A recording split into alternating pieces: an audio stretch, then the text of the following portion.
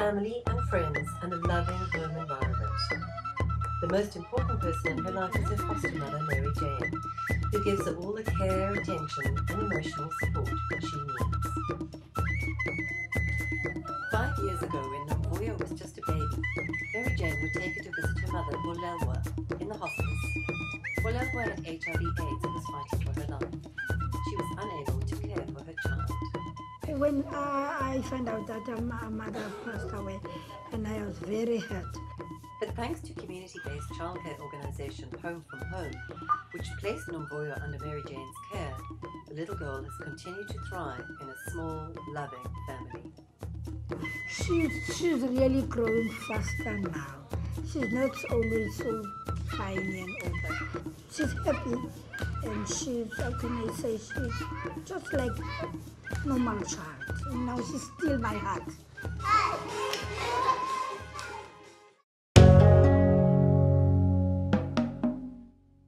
In South Africa, unemployment is widespread and poverty is rife. The majority of people live below the breadline. The scourges of HIV/AIDS and substance abuse, compounded by illness and disabilities, leave many parents unable to cope. In cities across the country, as family units disintegrate, children are forced to eke out an existence on the streets. Overcrowded and under-equipped institutions can't offer more than a glimmer of hope. Just like Nomvuyo, millions of abandoned, abused and orphaned South African children are in need of a place to call home. Home from Home isn't an institution. We're not a children's home. We are a group, a cluster of small community-based family homes. Our homes look like any other homes on the street. They integrate into the local community.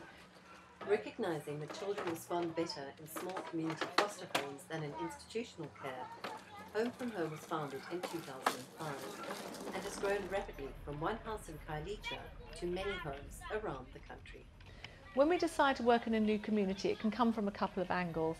Either we will discover through working with the Department of Social Development that there is a tremendous need to have a home in a new area. Other times it comes because a church will come to us or a community organisation will come to us and say, we've got a need in our area. But what they don't have is they don't have the resources, they don't have the model, they don't have the idea to do it. That's where Home from Home comes along. We've got the model of care, it's set up, we have the experience, we've got the professional skills, and so we can come in and partner with a local community group or church to help them and empower them really to look after their own orphans. Central to the Home from Home model of care is the special bond between foster parent and child. To be or to work with children, this is the most thing I like in my life. Because I used to look after my sisters at home, and it's in my veins to look after children. Selecting the right person for the role is paramount. A small, loving family unit where siblings are kept together is the recipe for the children's ongoing development, and a place where they can be brought up as part of a community, speaking their first language and gaining a sense of their own identity. I think selecting the house mother, the foster mother, is the most difficult part of all our work and the most important person in the whole, people in the whole organisation.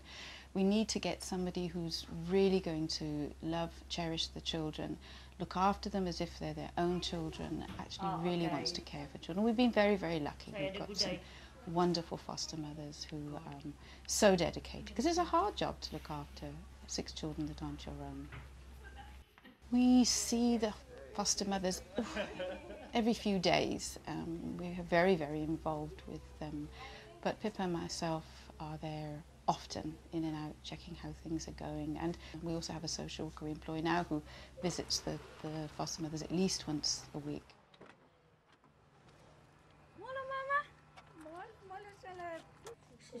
Critical to the Home from Home model of care is the level of support and supervision offered to the foster parents, a level that cannot be matched by overstretched government social workers. Counselling and ongoing training for the parents and therapies for the children when needed are just some of the extras available. Many of the children under the care of Home from Home are HIV positive, but with proper care and medication, they can go on to live full, meaningful lives.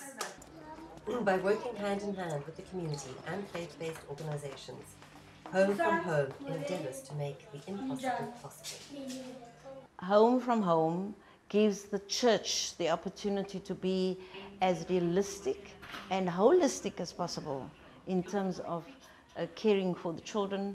And that's what they bring. Home from Home brings to us as the Anglican Church a model of caring for the children.